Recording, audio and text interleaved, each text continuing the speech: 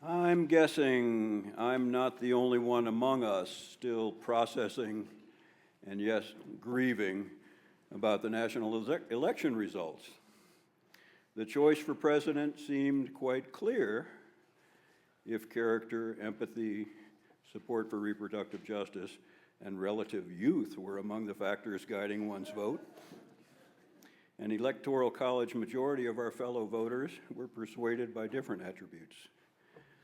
Still, there were some important wins on the state and local level, including constitutional amendments enshrining the right to abortion and eliminating outdated bans on same-sex marriage, and the frankly impressive vote of approval in these tax-averse times to approve the $150 million 9R school district bond. And despite how policy priorities might change on the national level, our work and our mission here at UUFD will go on.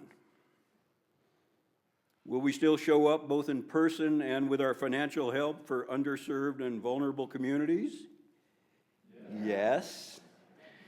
Will we still advocate for other common sense initiatives that are in the best interest of our community?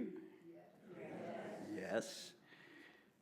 Do we understand the importance of showing up in numbers, whether at rallies, marches, town hall meetings, or in letters to newspapers or politicians, because strength in numbers amplifies our impact? Yes. Will we appreciate to an even greater extent the value, the grounding, the support, the caring, the love that we get from relationships within this church community? Can we commit to share these gifts with our family members during upcoming holiday gatherings and with our wider circle of friends? Yes, we can.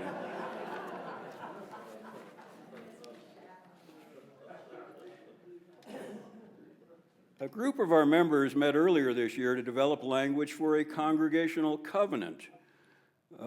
Such a covenant, once discussed and finalized in congregational meetings to be held after the first of the year, can hold us in beloved community. We'll have more on that in the future. I've also been pondering the question, what am I to do with social media? The potential for connection and meaning is vast. Unfortunately, so too is the reality of misinformation, mistrust, shaming, and hate-filled speech on a scale unimaginable to the framers of the First Amendment. Several years ago, I installed the Twitter app, now known to some as X, and to me as CAB, or Cesspool for Algorithms and Bots.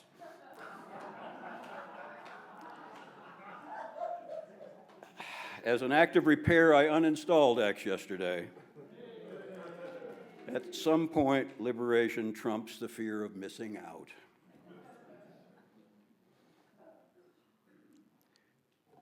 I have a poem I'd like to share. It's by Joy Harjo, and it must have been a service I missed because Reverend Jamie told me we really did listen to this a few weeks ago. I think we might have been in Canada then. That was before the election, by the way.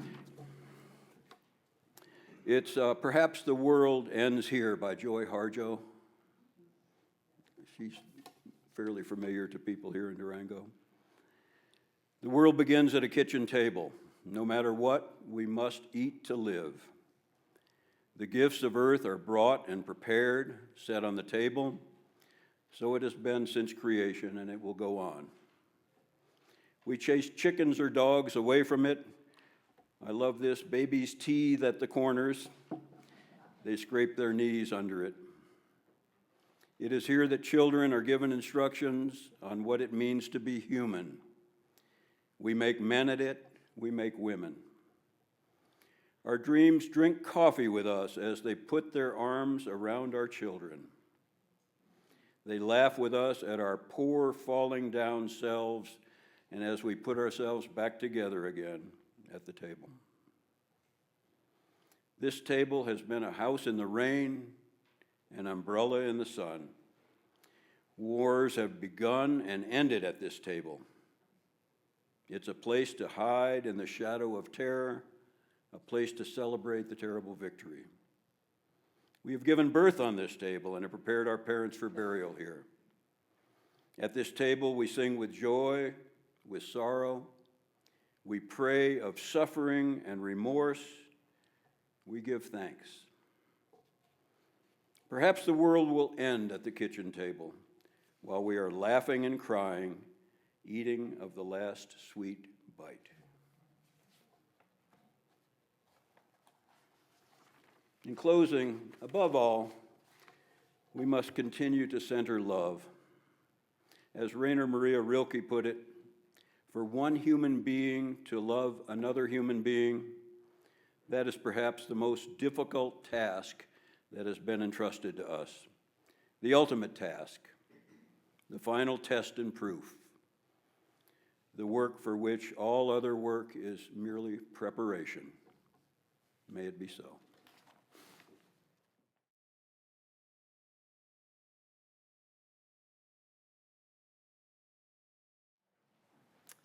When planning this service 2 months ago, there was a lot of uncertainty on the horizon, and frankly, a lot of optimism about the political future of the United States.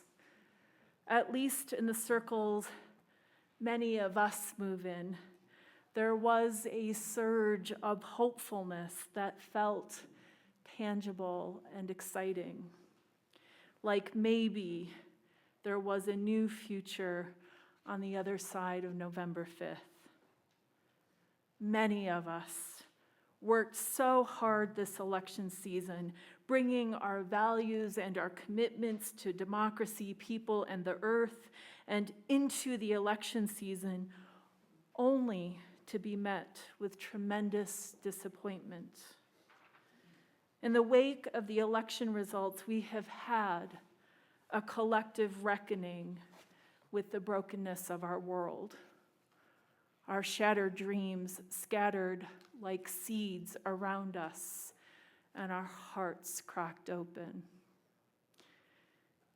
I give you testimony this morning that it has been difficult to shed the somber cloak of disappointment. I too have struggled with acceptance and finding hope again, especially as I witnessed the exhaustion permeating circles of activism and community care. Many among us are wondering, how much more can we endure? Black community organizer Adrienne Marie Brown shares a transformative observation. She writes, "I find that I meet activists on a regular basis who will tell me, I'm so tired. I think that sometimes we're working so much because we know that if we slow down, then we'll have to look at how heartbroken we are about the conditions that we're in." The heartbreak is real, and there is a gift in offering oneself time to feel, to grieve, to rest. Rest is revolutionary. How we show up to ourselves in these moments matters. We can also recognize that we are also in all different places with the process. Some of us are ready to leap back into action, and some of us need more space, compassion, and time to feel all the feelings and discover what comes next. To address the conditions of injustice, it is essential to take time to feel, to rest and renew our bodies, hearts, and our spirits. And it's also true that the question of making amends, of healing what is broken among us, feels very different this week. I've been reflecting on the role of Unitarian Universalism and the role of our congregation in the wider world. I've been pondering how we will meet the moment with courage, grounded in our Unitarian Universalist faith tradition and our values, while also rediscovering hope and possibility along the way. Discovering hope and possibility, drawing from a deep well of resiliency and spiritual sustenance. I believe a source of hope rests in our Unitarian Universalist tradition, a tradition that invites all of us to bear witness to the brokenness of the world and to identify our own prophetic witness and imagination as an antidote to systemic injustice and rising authoritarianism of our current historical moment.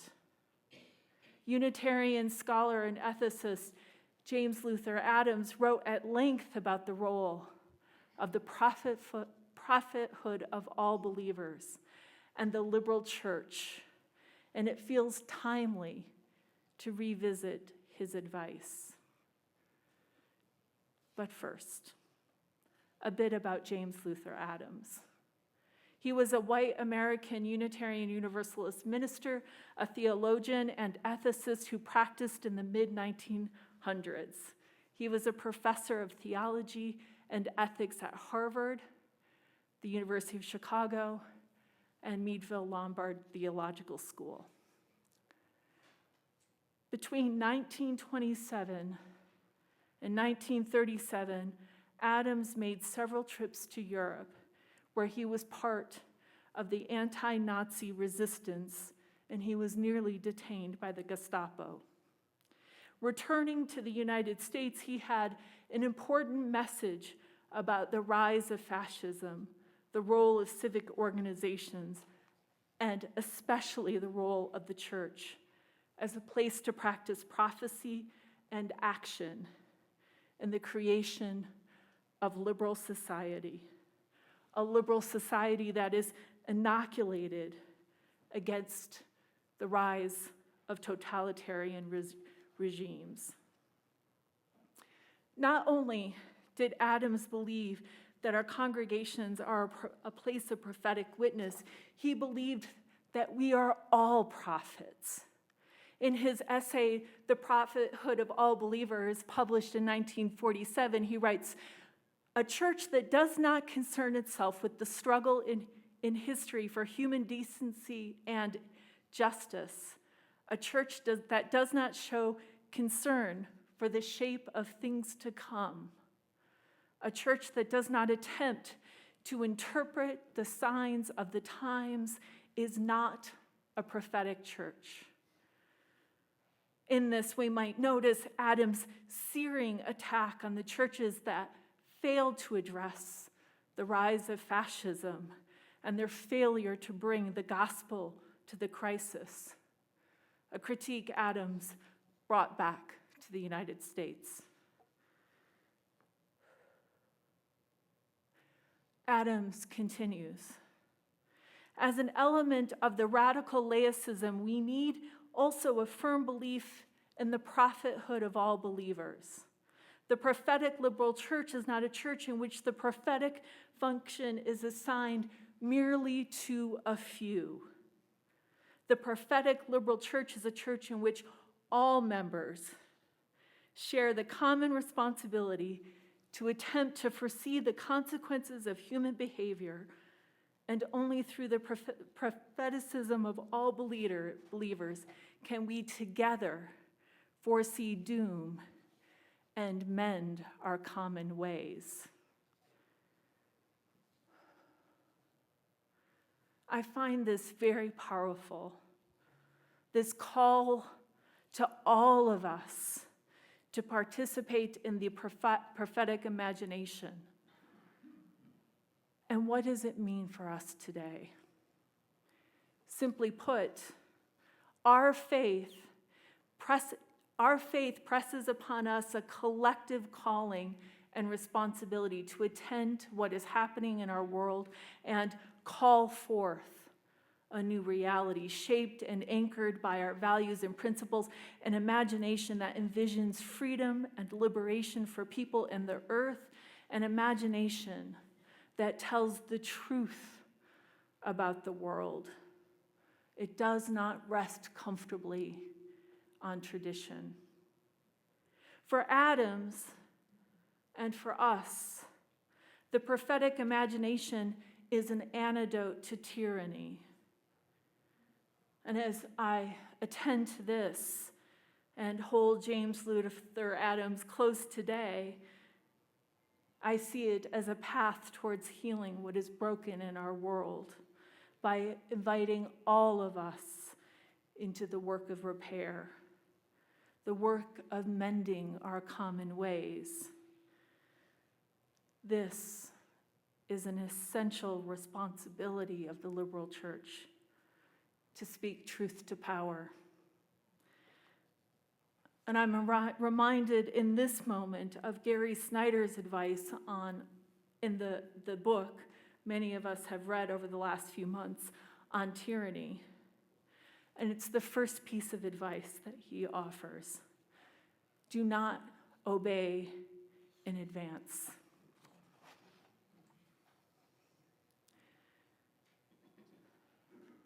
I don't know yet how we thread our national differences together. There's so much hurt, harm, misunderstanding, misinformation, and I'm not ready just yet to build bridges across some of these divides. It's still too raw and painful. And I fear for beloveds among us. I fear for what I do not yet know. It hurts me to notice that. But my fears don't define what I know to be true. And I'm grateful this morning for Tim's invitation into his prophetic imagination, his invitation to put our faith into action and to join forces in addressing the challenges we face. It's an excellent example of what I know to be true, what I know to be true today. By nurturing a collective prophetic imagination, we can build the beloved community right here. We can create covenants of care and loving relationship. We can plant networks of mutual aid and community care. We can continue to celebrate trans and queer folks as sacred and divine. We can imagine new networks of connection and coalition building. We can innovate, adapt, and serve the world with our values and a resilient love that lives at the center of our faith. We begin healing the world right here, right now, in this holy, prophetic place full of possibility. Beloveds, let us gather all that glitters and all that is beautiful among us, and let the overflow of our love be a blessing unto the world. And as we attend to what is broken, let our prophetic vision be a balm and antidote to tyranny as we push back the tides of hate. May it be so, and blessed be.